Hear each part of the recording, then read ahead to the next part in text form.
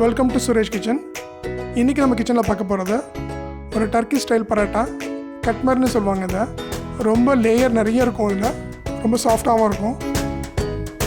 இதற்கு தேவையான பொருட்கள்: மைதா மாவு 3 கப், உப்பு அரை டீஸ்பூன், சர்க்கரை அரை டீஸ்பூன், தண்ணீர் 1 கப், வெண்ணெய் மற்றும் எண்ணெய் 100 ml.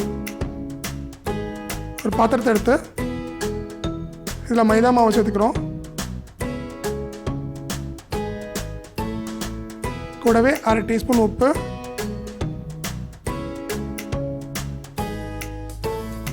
அரை டீஸ்பூன் சர்க்கரை சேர்த்து நல்லா கலந்து விட்டுக்கலாம். இந்த பரோட்டா உடனடியாக பண்ணணுன்னா ஈஸ்ட்டு இல்லாட்டி பேக்கிங் பவுடர் சேர்த்து இதில் பண்ணலாம். இன்றைக்கி நான் இந்த 3 பொருள் மட்டும்தான் வச்சு பண்ண போகிறேன். இப்போ தண்ணியை சேர்த்துக்கலாம். இப்போ 3/4 கப் அளவு சேர்த்து நல்லா பிசைறேன்.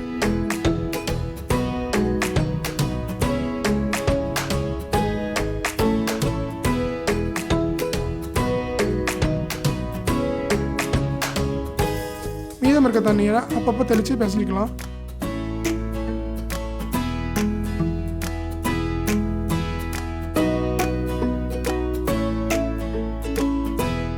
ஒரு நல்ல சாஃப்ட் டோ கிடைக்கும். இப்போ இதை 1 மணி நேரம் நம்ம ஊற வைக்கலாம். நல்லா சாஃப்டாக கிடைக்கும் அது பரோட்டா. மேலே கொஞ்சம் எண்ணெய் எடுத்து அப்ளை பண்ணிக்கலாம். மாவு வறண்டு போகாமல் இருக்கும்.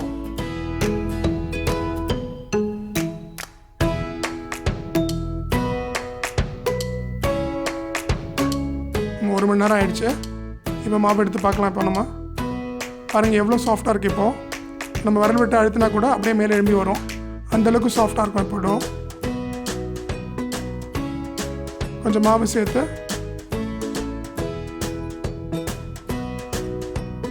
நல்லா மாலிஷ் பண்ணிக்க போகிறோம். அதை நல்லா மாலிஷ் பண்ணிவிட்டு மீடியம் சைஸில் கட் பண்ணிக்கலாம். அதை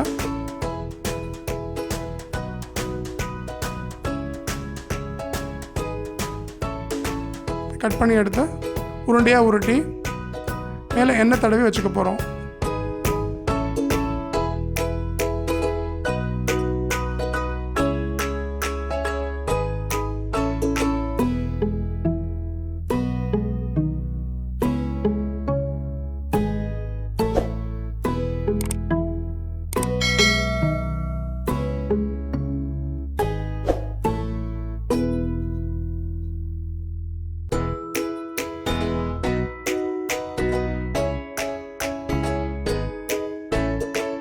ஒவ்வொரு உருண்டையாக எடுத்து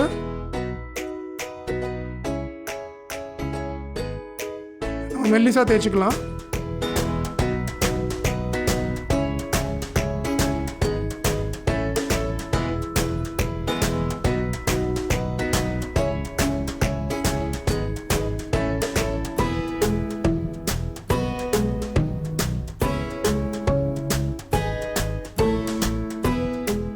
எவ்வளோ மெல்லிசாக தேய்க்க முடியுமோ அந்தளவுக்கு நம்ம மெல்லிசாக தேய்ச்சிக்கலாம். அதில் இப்போது இதுக்கு மேலே இந்த வெண்ணெயும் நெய்யும் கலந்ததை எடுத்து கிரீஸ் பண்ணலாம். அதுக்கு மேலே மைதா மாவு கொஞ்சம் தூவிடலாம். மைதா மாவுன்னு இல்லை, கார்ன்ஃப்ளவர் கூட தூவலாம் நீங்கள். எதுக்குன்னா இது நிறைய லேயர் கிடைக்கும், அதுக்காக தான் இதை பண்ணுறோம். இப்போது ஒரு பகுதியை இதை அப்படியே மடித்து விடுறோம். அதுக்கு மேலே மறுபடியும் அந்த வெண்ணெய் கலந்ததை சேர்க்குறோம். மறுபடியும் மாவை போடுறோம். அதுக்கு மேலே மேல் பகுதியை அப்படியே மடித்து இதுக்கு மேலே வச்சுடுறோம். இதுக்கு மேலேயும் அந்த வெண்ணெயை தடவிட்டு மாவையும் மேலே தூவிடலாம். இந்த பகுதியிலேருந்து மடித்து பாதியை மடித்து சென்டரில் கொண்டு வந்து வச்சிடலாம். இதுக்கு மேலேயும் அந்த பட்டரை தடவிட்டு ரைட் சைடில் இருக்கிறத திருப்பி மடித்து சென்டர் பார்ட்டில் கொண்டு வந்து வச்சுக்கிறோம். இது ஒரு ஸ்கொயர் ஷேப்பில் கிடச்சிருக்கும்.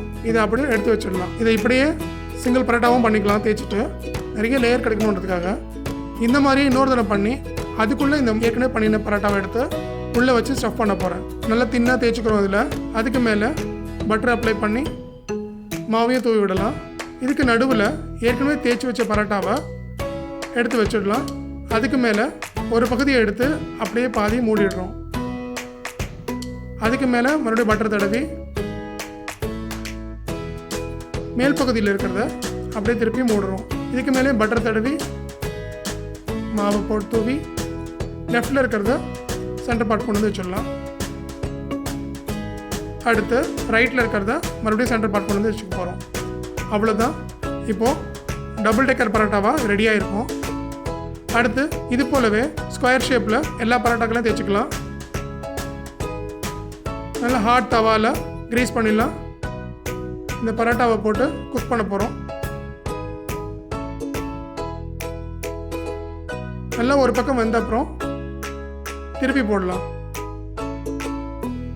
ஹெல்த் கான்சியஸ் இருக்கவங்க இதை கோதுமை மாவில் கூட பண்ணிக்கலாம். நான்வெஜ் விரும்புகிறவங்க இது கூடவே இந்த மாவு பிசையும் போது முட்டையும் சேர்த்து பிசையலாம். இல்லை வேண்டானா தயிர் கூட சேர்த்துக்கலாம். திருப்பி போட்டுட்டு நெய்யோ இல்லை வெண்ணெயோ இல்லை எண்ணெய் இருந்தாலும் அப்ளை பண்ணிக்கலாம்.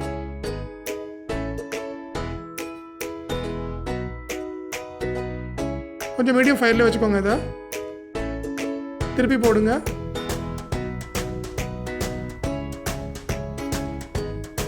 நல்லா குக்காகி வரும், நல்லா எழும்பியே வரும். கொஞ்சம்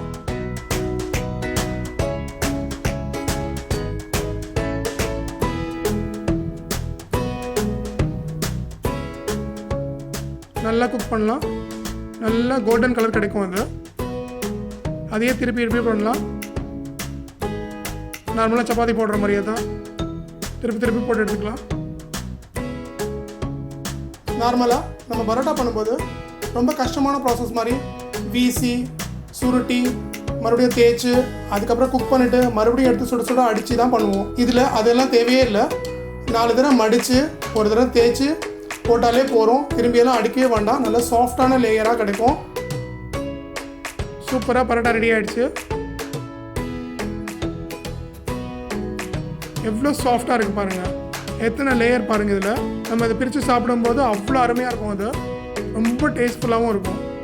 இந்த சூடான லேயர் பரோட்டாக்கு நம்ம ஊர் ஸ்டைலில் ஒரு நல்ல வெஜ் குருமா இல்லாட்டி ஒரு சிக்கன் செட்டிநாடு கூட ஒரு ரைத்தா வச்சு சாப்பிட்டா அப்பா அமோகமாக இருக்கும். நீங்களும் செஞ்சு பார்த்துட்டு உங்கள் ஃபீட்பேக்கை கமெண்ட் செக்ஷனில் போடுங்க. மறக்காமல் சப்ஸ்கிரைப் பண்ணுங்கள்.